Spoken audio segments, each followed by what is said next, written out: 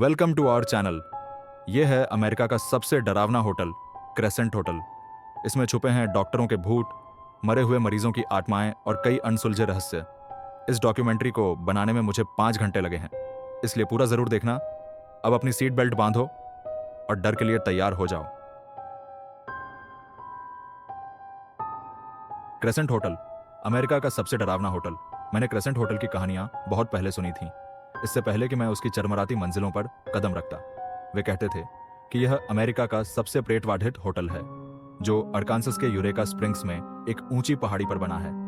इसकी मीनारें और गुंबद धुंध में ऐसे लिपटे रहते थे जैसे कोई पुरानी डरावनी पेंटिंग हो। इसके शानदार 19वीं सदी के बाहरी हिस्से के पीछे भव्य लॉबी और मुस्कुराते हुए झाड़ फानूसों के पीछे एक गहरा सच छिपा था। तड़पते हुए मरीजों, बेचैन आत्माओं और ऐसी अजीब मौजूदगी की फुसफुसाहटें जो जाने से इनकार करती थीं। जब मैं पहुंचा तो हवा ठंडी और शांत थी। चारों ओर के देवदार के पेड़ धीरे धीरे ऐसे हिल रहे थे मानो होटल की अपनी आहों के साथ सहानुभूति जता रहे हों। यह होटल 1886 में एक स्वास्थ्य केंद्र के रूप में बनाया गया था, जहां गठिया से लेकर टीबी तक हर बीमारी का इलाज करने का वादा किया गया था। सैकड़ों मेहमान उम्मीद लेकर यहां आते थे, लेकिन इलाज मिलना मुश्किल साबित हुआ। शुरुआत से ही मेहमानों और कर्मचारियों ने अजीब घटनाओं की सूचना दी। खाली गलियारों में किसी के चलने की आवाज, दरवाजे अपने आप खुल जाते थे और बंद कमरों से किसी के रोने की आवाजें गूंजती थीं। हर पीढ़ी ने क्रेसेंट की बढ़ती भूतिया कहानियों की किताब में अपना एक नया अध्याय जोड़ा। मैं अपनी पहली चश्मदीद गवाह से मिला, जिसका नाम कार्ला था, जो एक हाउसकीपिंग सुपरवाइजर थीं और 10 साल से ज्यादा समय से वहां काम कर रही थीं। उन्होंने मुझे बताया, एक बार मुझे एक कमरा मिला जहां बिस्तर बड़े करीने से बना हुआ था, सिवाय एक तकिए के, जिसके बीच में एक ताजा गहरा निशान था, जैसे कुछ पल पहले ही किसी का भारी सिर वहां रखा हो। लेकिन जब मैंने रजिस्टर देखा तो वह कमरा किसी मेहमान को नहीं दिया गया था। स्टाफ लाउंज के दिन की रोशनी में भी उनकी आवाज थोड़ी कांप रही थी। कार्ला अकेली नहीं है। मेहमान अक्सर ठंडे हाथों को अपने चेहरे पर महसूस करते हुए जागते हैं, या बिस्तर के किनारे किसी अनदेखी मौजूदगी को अपने ऊपर झुका हुआ महसूस करते हैं जो उन्हें देख रही होती है। कुछ लोग छुटकी काटने या किसी के द्वारा कंबल खींचने का अनुभव बताते हैं। कमरा 419 में एक युवा जोड़े ने एक महिला को कोने में धीरे धीरे रोते हुए सुना। उसकी सिसकियां सुबह तक कमरे में गूंजती रहीं। जब उन्होंने बत्ती जलाई तो वहां कोई नहीं था, केवल लैवेंडर की हल्की सुगंध थी, जैसे किसी पुराने जमाने का परफ्यूम। लेकिन क्रेसेंट की परछाइयां हाल के दशकों से भी कहीं ज्यादा पुरानी हैं। 1930 के दशक के अंत में डॉ नॉर्मन बेकर ने होटल को एक अत्याधुनिक हेल्थ स्पा में बदलने की बड़ी महत्वाकांक्षाओं के साथ खरीदा। उन्होंने कैंसर और अन्य बीमारियों के इलाज का वादा किया, ऐसे दावे जिनका उन्होंने नकली एक्सरे मशीनों और संदिग्ध रेडियम स्नान से समर्थन किया। देश भर से मरीज राहत की उम्मीद में आते रहे और कई बेकर के झूठ का शिकार हो गए।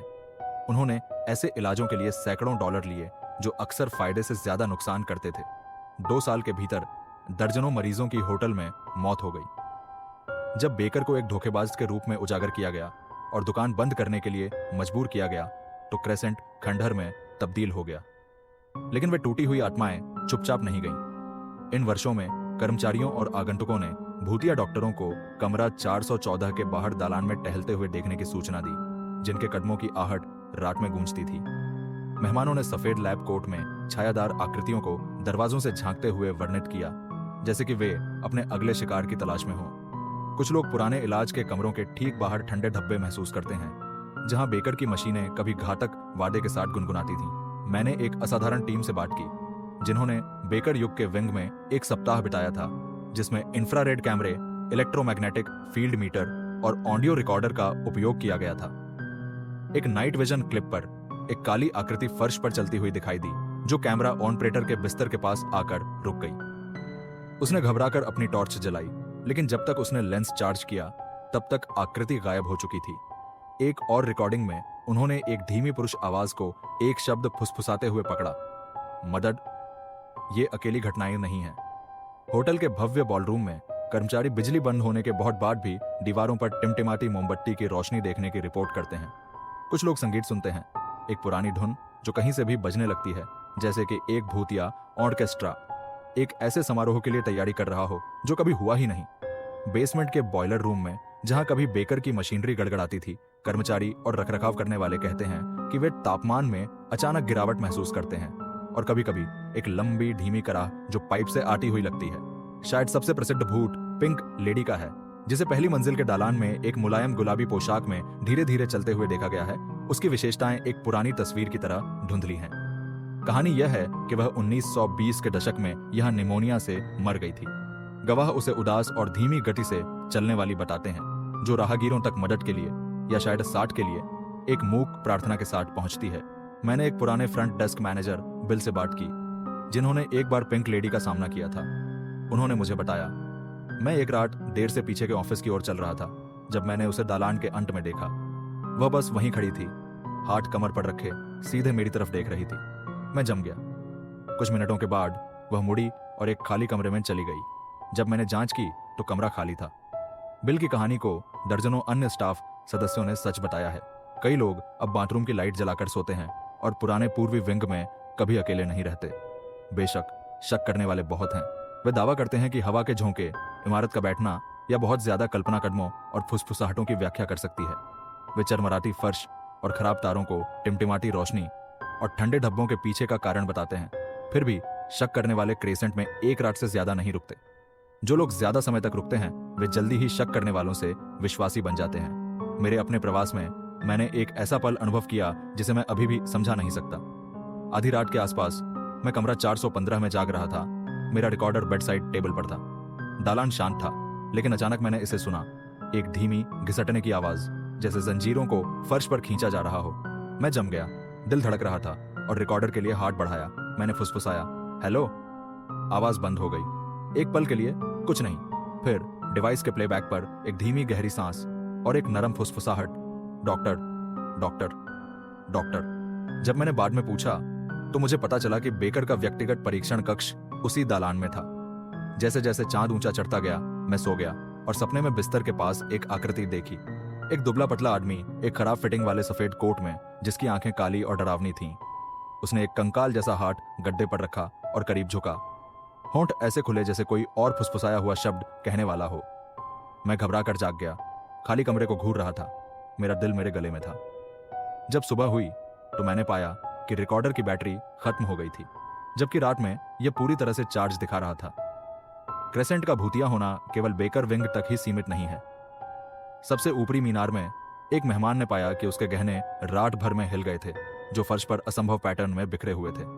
एक अन्य टावर रूम में आईना छोटे बचकाने हाथ के निशानों से धुंधला हो गया था। हालांकि कमरे में कोई बच्चा नहीं था। अस्पताल युग के विंग में जांचकर्ताओं ने बहुत सारी ईवीपी, इलेक्ट्रॉनिक वॉइस फेनोमेना दर्ज की, जो टूटी फूटी दलीलों से भरी थीं। मेरी मदद करो, मैं सांस नहीं ले सकता। बहुत ठंड है। कभी कभी आवाजें गुस्से में लगती थीं तो कभी दुख भरी। क्या क्रेसेंट सच में भूतिया है? सैकड़ों साक्षात्कारों, दर्जनों रिकॉर्डिंग्स और अनगिनत बिना सोई रातों के बाद मेरा जवाब वही है, हाँ। हर चरमराने की आवाज किसी के चलने की नहीं होती। हर फुसफुसाहट कोई आत्मा नहीं होती।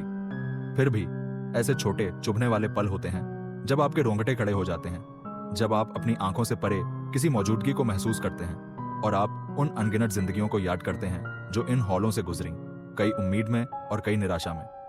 मैंने यूरेका स्प्रिंग्स को अपने ही सवालों के साथ छोड़ दिया। क्रेसेंट होटल दिन के उजाले में शानदार है। रात में वही खिड़कियां काली आंखें बन जाती हैं जो देख रही होती हैं। शायद यही सबसे सच्चा आतंक है, ये जानना कि हम भी पीछे रह सकते हैं, कि हमारी भावनाएं, हमारे दुख, हमारे पछतावे किसी जगह पर इतनी गहरी छाप छोड़ सकते हैं कि हमारे जाने के बहुत बाद कोई और हमारे दुख के धागे को उठाएगा। इस मायने में क्रेसेंट होटल एक इमारत से कम और एक आईने से ज्यादा है। इस पर आप जो भी प्रतिबिंबित करेंगे, दुख, अपराध बोध, भय, यह उसे 10 गुना वापस प्रतिबिंबित करेगा। तो अगली बार जब आप खुद को किसी ऐसी जगह की ओर आकर्षित पाएं जिसकी भूतिया होने की प्रतिष्ठा हो, तो यह जान लें, जिज्ञासा एक खुला दरवाजा हो सकती है। एक बार जब आप उस दहलीज को पार कर जाते हैं तो आप शायद फिर कभी अकेला महसूस न करें। क्रेसेंट होटल स्वागत और चेतावनी दोनों के रूप में खड़ा है। इसकी मेहमान नवाजी प्रसिद्ध है, इसकी भूतिया कहानियां और भी ज्यादा। लेकिन हल्के से चलें और सम्मान के साथ चलें, क्योंकि हर कमरे में एक याद होती है और हर याद एक बार छूने पर फीकी पड़ने से इनकार कर देती है। मुझे उम्मीद है कि आपको अमेरिका के सबसे प्रेतवाधित होटल की इस यात्रा में मजा आया होगा। यदि आप क्रेसेंट जाते हैं तो अपने सबसे बहादुर अश्व को साथ लाएं और याद रखें कि कभी कभी असली इलाज बस समझना होता है कि कुछ आत्माओं को तब तक शांति नहीं मिलती जब तक कोई उनकी बात नहीं सुनता। और यहाँ इन प्राचीन हॉलों में दीवारें हमेशा के लिए चुप नहीं रह सकती।